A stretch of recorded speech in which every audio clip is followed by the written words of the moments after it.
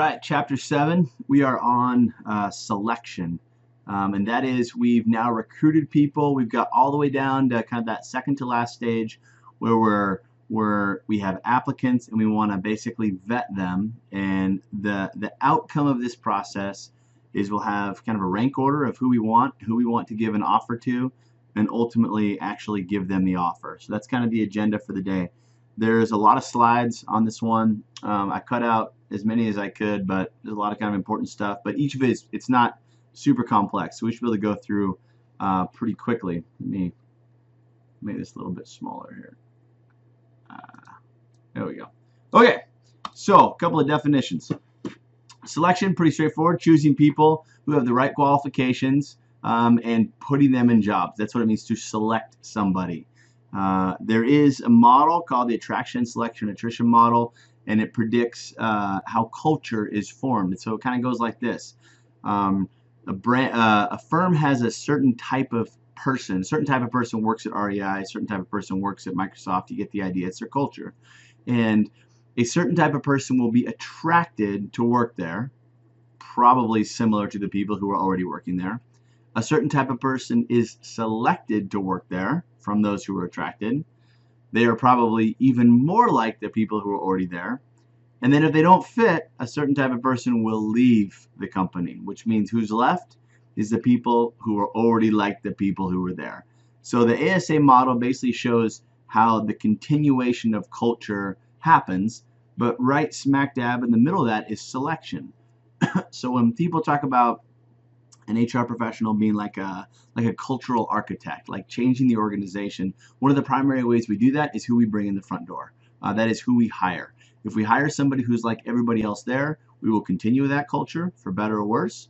And if we hire somebody different, if we can get them to stay, that will change the culture for better or for worse.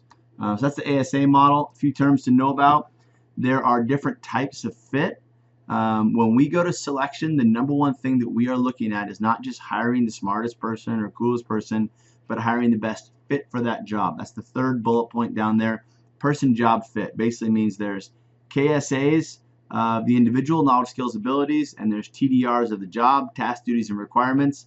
To the extent that those fit, we say, hey, that was a good placement. Person job fit is probably the most important. The next one is person organization fit, and that is in an interview you might be asked questions about like what do you value and where do you see yourself in 5 years and blah blah, and they're trying to get the idea of, do you fit with our culture?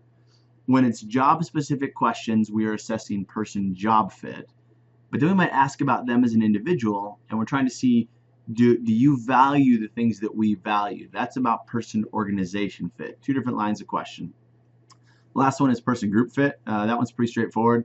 A lot of times, one of the final stages of the interview process, the selection process, will be an interview with the team that you'd be working with. And that's to say, do we have a personality connection here, or is this going to be a problem? Yeah, they can do the job. They seem to align with our culture, but can they work with this group of people? All three of those are helpful. If you have them, excellent. So how do you know what to look for or what to ask about during the interview? So here's kind of a model. It works like this. On the far left, you can see this is what good job performance looks like on any given job. And all you do is try to get predictors all the way back to the things that you can interview for. So what predicts quality and quantity of work? Well, a couple of things are, does the person have ability and are they motivated? Okay, if we want someone with high ability and high motivation, what predicts that? Well, we found that this selection technique, or giving them a cognitive ability test, or past experience on the job, minimum of 3 years, typically shows motivation. So you're just kind of moving to the right until you can find things that you can ask about and find information on, valid information on, in the interview process.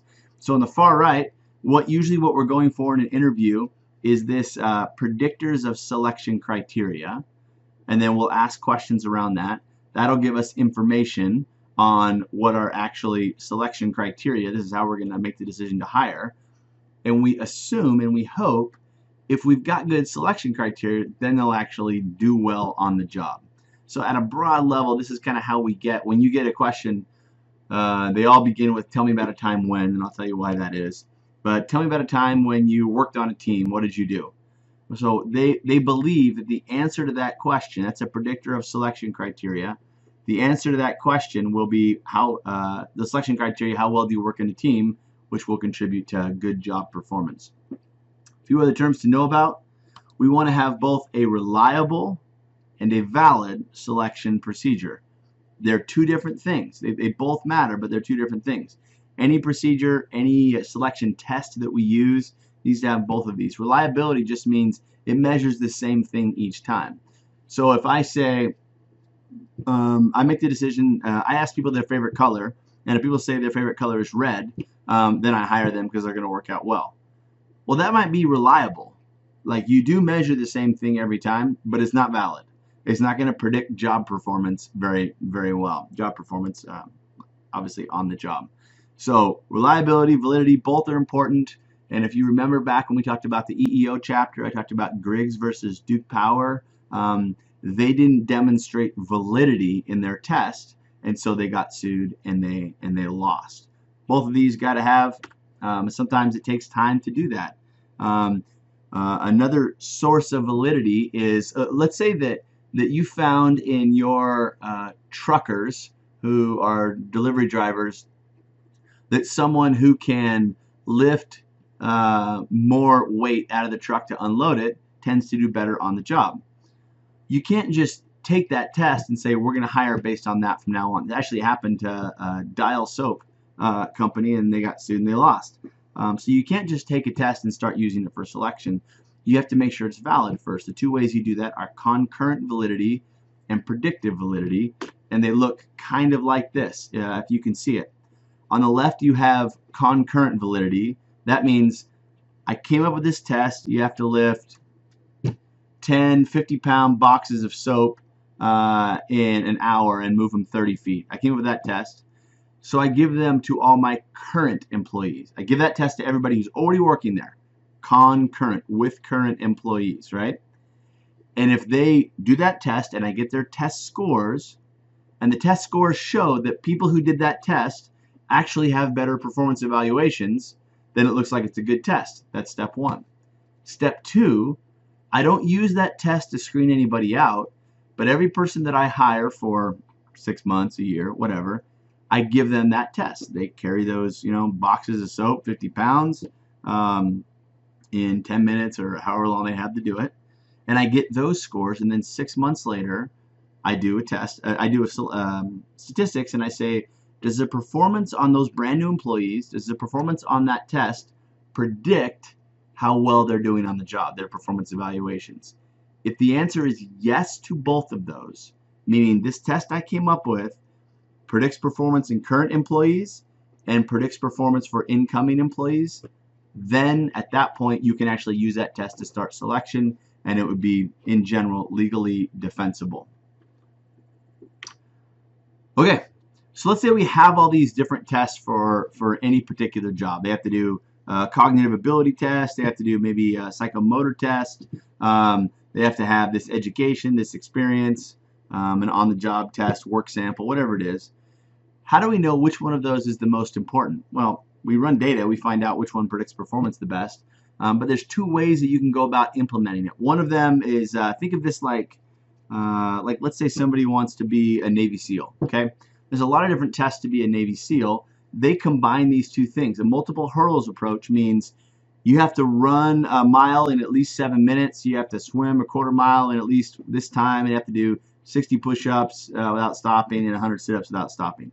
Each one of those are hurdles. So they may say that's the minimum. If you score below that on any one thing, you're out and you don't go on to the next phase.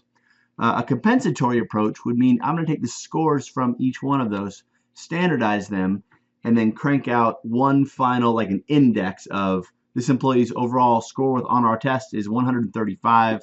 This employee's is 152, which means they did better on average on everything. Some institutions use both, like I talked about the Navy SEALs. You get a higher score if you can run a mile in 6 minutes, and that goes towards your final score. But if you can't run a mile in 7 minutes, you're out. So you can combine them as well when you have multiple kind of steps in the process. Another thing that we'd like to do, you remember early on we talked about the talked about the psychological contract, right? We all come to work with this set of expectations about what will and won't happen, and a set of responsibilities that what we will do that we'll embrace with that. One of the ways during the selection process that we basically refine that, we go, hey man, this is what it's actually like on the job, is this. I talked about it before, but it's a realistic job preview. When you bring someone in for an interview, especially if they're a finalist, maybe it's the final interview, you want to take them to where they will be sitting, or take them to meet the people they will be working with, or show them the building, show them the cafeteria, let them see the commute, stuff like that, so they get a real idea of what it's like. In the long run, it refines the psychological contract, and it's very good to find out then that someone goes, man, I can't work here. Then 6 months later, when they say this place is sucking the life out of me, I'm going to quit, after you put all that money into them and you have to start all over from scratch. So that's a realistic job review. Very helpful if you can do it. Okay, the application. So think of it like this. What we are trying to get from people is information that we can use to make the decision of if we should hire them. So if I'm in an interview and the conversation comes up about spouses, or where you grew up, or, oh my gosh, politics and religion. I've heard horror stories and seen some of them. Whatever comes up, just assume the employee will believe that that's going to be used in the process, right? So you interview someone, they ask about your spouse, or does he or she work around here or whatever, and you say, oh no, my wife and I recently split up, and then you don't get the job. Well, you would think the reason you didn't get the job is because of the comment about marriage, not that you weren't qualified. So there are certain things we don't ask about. Here's a list of them. You can see them. They're all pretty straightforward. We don't ask about them only because that leads the candidate to believe, well, obviously they used this, even if it comes up in conversation. Obviously they used it when making the decision. So it's much more of a pure process. Just stick with whatever's job related, ignore everything else. On the resume, you can't control what they put on the resume. If it's there, it's there. We accept resumes, even if it's not on our formal application process. Per the EEOC, the Equal Employment Opportunity Commission, resumes are considered applications. So if somebody says you a resume for a specific job, vet it. You can tell them, hey, go fill out our application. That's fine. Or to be considered, you need to fill out our application. But for all intents and purposes, that is an employment record. It needs to be hung on to for about 3 years. As a reminder, the Immigration Reform Control Act, it was 1986, IRCA, I-R-C-A, says that you have to verify 2 things within the first 72 hours of employment. That is work authorization. They're legally authorized to work in the United States. It's not citizenship. There's a lot of ways to be authorized to work. And the second is identity. They are who they say they are. All right, that's IRCA. Personality test. You've probably taken whatever, Myers-Briggs or a Big Five or Enneagram or StrengthsFinder. There's a million of them at this point. Some of them are complete garbage. Some of them are okay. So this one has been around for quite a while. The Big Five personality test is probably the most respected, just in terms of having validity, in terms of what's called predictive validity and construct validity. It goes like this. Barrick and Mount, I believe, researchers, 1991. They took we were only bounded by our language, right? So every word that described a human had some theory behind it. And so they crunched them all together and said, hey, look, like resilience and grit and toughness and hardiness, those are all kind of the same thing. They can fit in a category. And they whittled it down to, I don't know what it was, 30, 40 categories, and then they whittled those categories down to make 5. And their argument is basically every personality trait has some connection to or fits somewhere in these 5 dimensions of personality: extroversion, agreeableness, conscientiousness, neuroticism, and openness to experience. And each of them predict different types of things, and some of them even predict performance on jobs. So extroversion predicts leader emergence, so who will become a leader. It doesn't exactly predict leadership effectiveness, if they'll be good, but it says who will emerge. Conscientiousness, that has what's called generalized coefficient validity, meaning conscientiousness uh, predicts who's going to be good at almost any job. More conscientious people, like in my head, this is an engineer and accountant, right?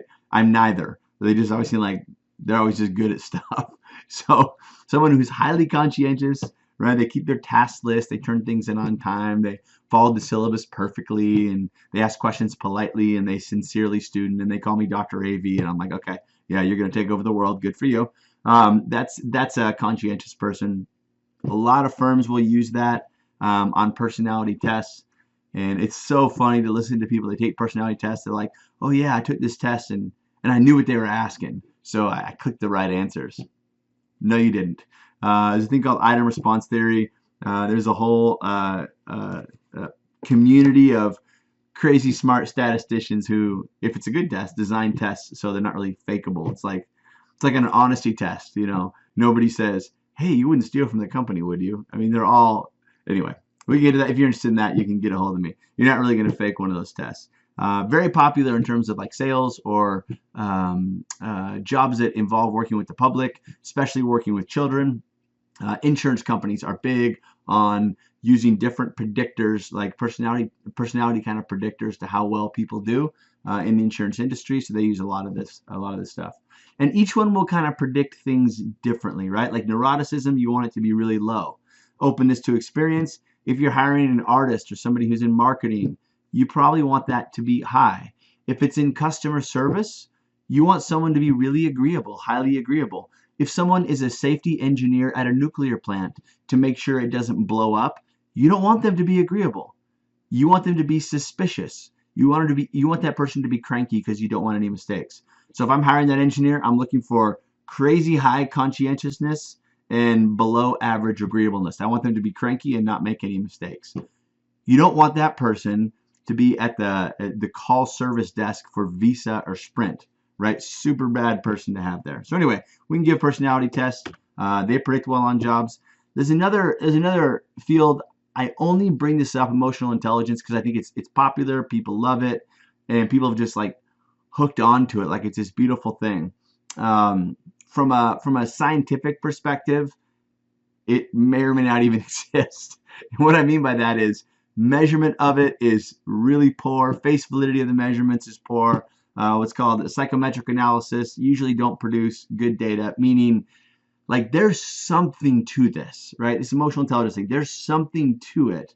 And I don't care how many books somebody writes, Goleman or Emotional Intelligence 2.0, whatever, they're great books, and I think they're hitting on something really good.